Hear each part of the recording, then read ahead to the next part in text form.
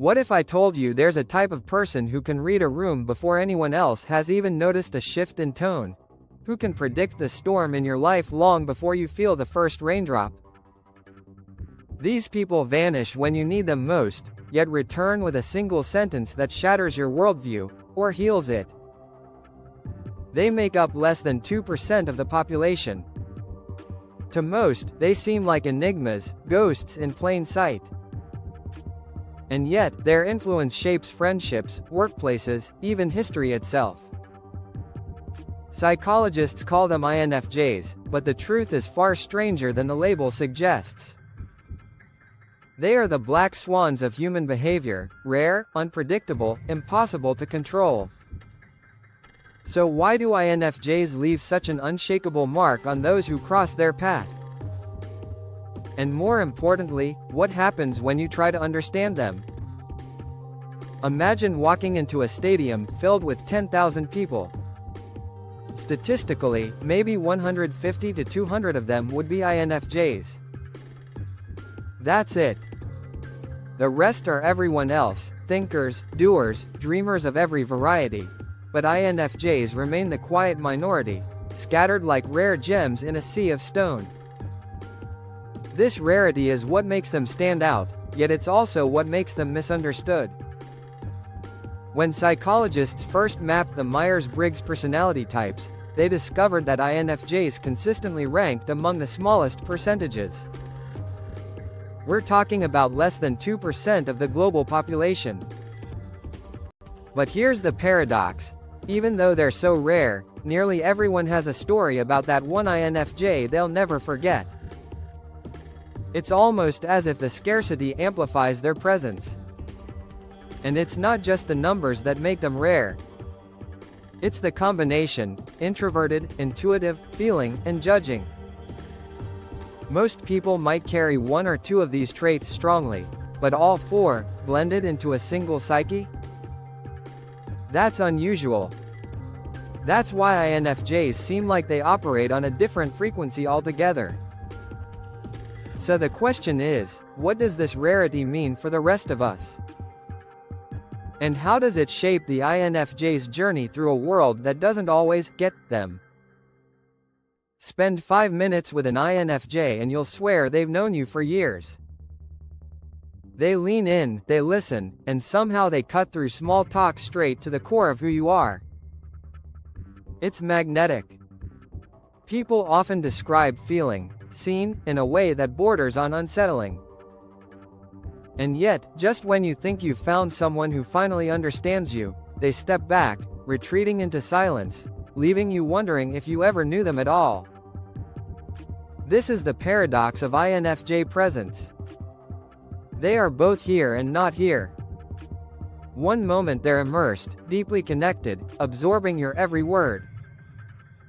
The next, they're distant, lost in their own inner world, processing layers of meaning no one else can access. Psychologists note that this paradox comes from their unusual wiring, an inward focus, introversion, mixed with a powerful outward radar, intuition and empathy. They want closeness, but too much drains them. They crave solitude, but not detachment. To outsiders, this hot and cold rhythm feels confusing. To INFJs, it's survival. It's why people often say INFJs are unforgettable. You don't just meet one, you feel their presence, even when they've already disappeared. Ever notice how some people can walk into a room and instantly sense the tension in the air, before anyone's even said a word? That's an INFJ in action. It's as if they carry a built-in radar, tuned not to Wi-Fi signals or cell towers, but to emotions, intentions, and the unspoken currents between people. This isn't magic. Psychologists explain it as a blend of high emotional intelligence and pattern recognition.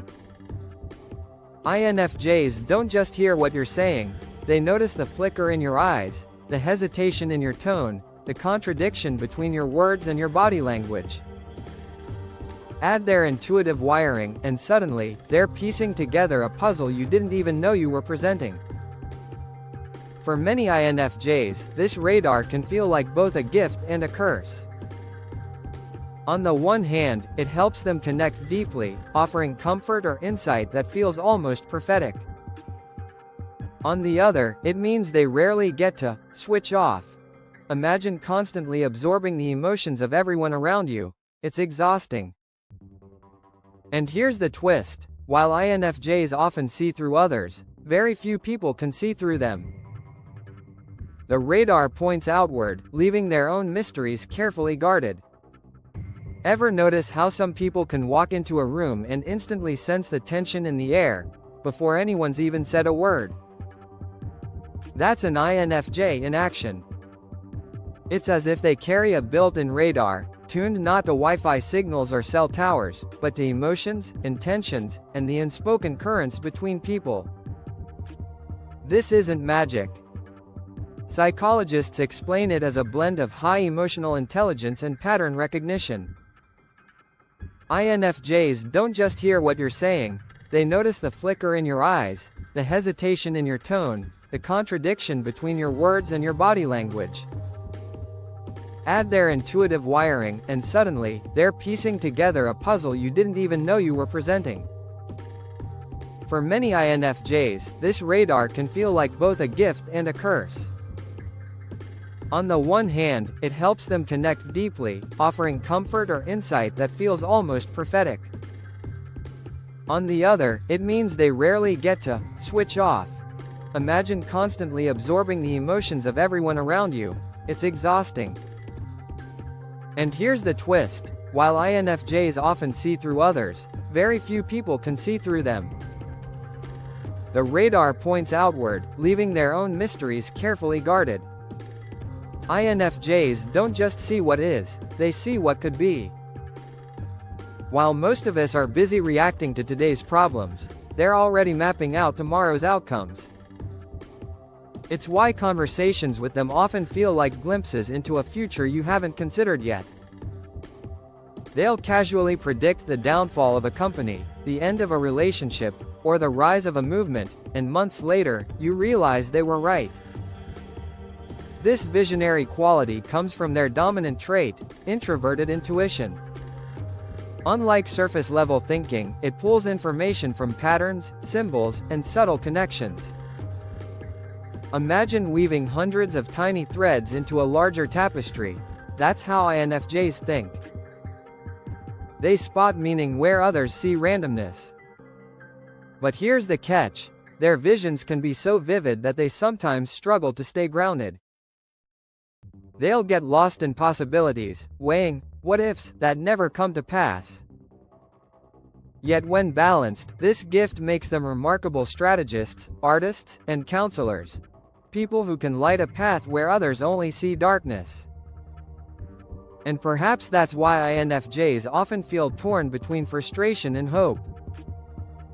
They see the future so clearly, but convincing the present to listen?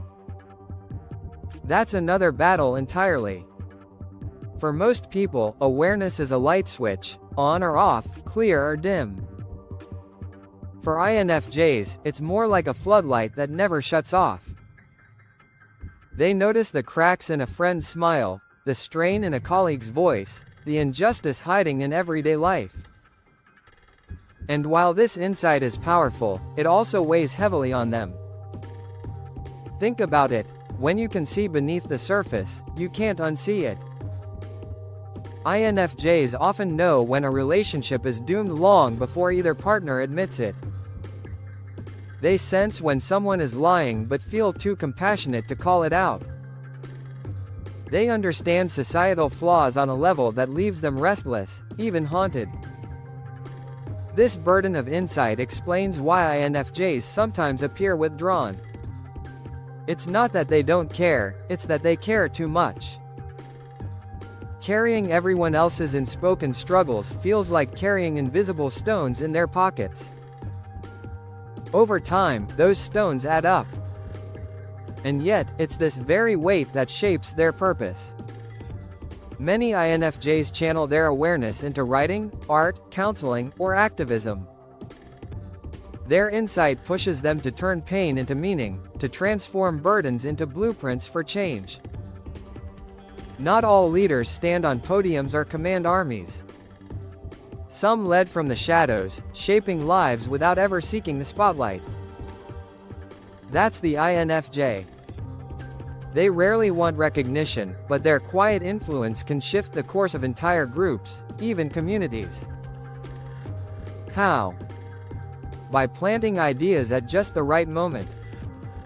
An INFJ might sit silently through a heated debate, only to offer one well-timed observation that dissolves the tension and redirects the entire conversation.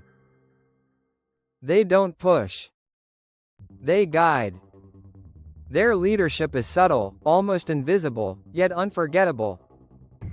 History and psychology alike show us that influence isn't always about volume. It's about resonance. INFJs speak in ways that linger.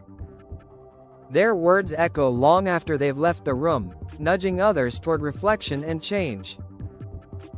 Colleagues may later claim the idea as their own, not realizing the seed was planted by the quiet one in the corner. But here's the paradox: INFJs don't always recognize their own influence. They may walk away thinking they've said too little, when in fact they've just shifted the entire trajectory of a group. Leadership, for them, isn't about control, it's about impact, and impact rarely announces itself. Every strength casts a shadow, and INFJs are no exception. For all their empathy and vision, there's a darker side that few people see. On the surface, they may look calm, composed, even angelic, but underneath, storms often rage. One of their biggest struggles is perfectionism. INFJs hold themselves, and sometimes others, to impossibly high standards. When reality falls short, frustration builds. They may retreat, shutting people out, not out of cruelty but out of disappointment in a world that doesn't live up to what they see in their minds. There's also the infamous INFJ door slam. When pushed past their breaking point, after repeated betrayal or disrespect, they don't explode. They disappear. Permanently. It's as if they erase someone from their life without leaving ashes behind. To outsiders, it feels cold. To INFJs, it's self-preservation. And let's not forget their tendency to overthink. The same mind that spots patterns and visions can also spiral into self-doubt and anxiety. They question motives, replay conversations, and sometimes imagine betrayals that don't exist. The truth is, INFJs live with intensity. And that intensity, when turned inward, can feel like both a gift and a curse. Being close to an INFJ can feel like living in a novel, full of depth, twists, and hidden layers. They love with intensity, but they reveal themselves slowly, almost like a puzzle. Partners and friends often describe the experience as both intoxicating and bewildering. At first, INFJs seem to know everything about you. They'll remember the smallest details, like the story you told about your childhood pet, or the way your tone shifted when you mentioned your parents. They gather these fragments and reflect them back with tenderness, making you feel understood in ways you never imagined possible. But here's the catch: while they're busy reading you, they remain unreadable. INFJs guard their own inner world like a locked diary. They share selectively, and even when they open up, it's often just one layer of many. This leaves people simultaneously drawn in and mystified. Romantically, this can create magnetic bonds, but also tension. INFJs crave deep connection, yet they fear being fully exposed. That balance keeps relationships alive with curiosity, but it can also leave others feeling like they never fully have them. Loving an INFJ, in the end, is less about solving the mystery and more about appreciating it. One of the most puzzling behaviors of INFJs is their sudden disappearance. Friends describe it as if someone flipped a switch. One day, the INFJ is deeply present, the next, they're gone. No big argument, no dramatic goodbye. Just silence. To outsiders, this feels cold or even cruel. But the truth is, it's rarely about punishment. More often, it's about preservation. INFJs pour so much of themselves into others that eventually, their inner reserves run dry. Retreating isn't rejection, it's recovery. There's another layer, too. INFJs are masters of sensing when something is over long before anyone else realizes it. A friendship that's become toxic, a romance that's quietly unraveling, a job that's no longer fulfilling. When they see the writing on the wall, they don't wait around for the collapse. They step away early, sparing themselves the mess. For those left behind, it can feel abrupt. But for INFJs, vanishing is a survival mechanism. It's not that they didn't care, it's that they cared so deeply they had to protect what was left of themselves. And often, long after they've gone, their absence lingers louder than their presence ever did. When all is said and done, INFJs leave behind something far greater than simple memories, they leave legacies. Ask anyone who's known one, and you'll hear the same thing. I'll never forget them. It's not just what INFJs say, but how they make people feel, seen, challenged, transformed. Their rarity ensures that encounters with them are never ordinary. Like black swans, their very existence disrupts expectations. They push others to think deeper, to look inward, to question the surface-level narratives of life. Even when they vanish, their influence ripples outward, often shaping choices people make years later. The legacy of an INFJ isn't about control, it's about impact. They don't set out to dominate, yet they change the atmosphere of every room they enter. They don't seek followers, yet they inspire them. They don't demand recognition, yet they remain unforgettable. In a world overflowing with noise, INFJs are the rare melody that lingers long after the song ends. You may never fully understand them, you may never control them, but once you cross paths with an INFJ, you'll never see life the same way again.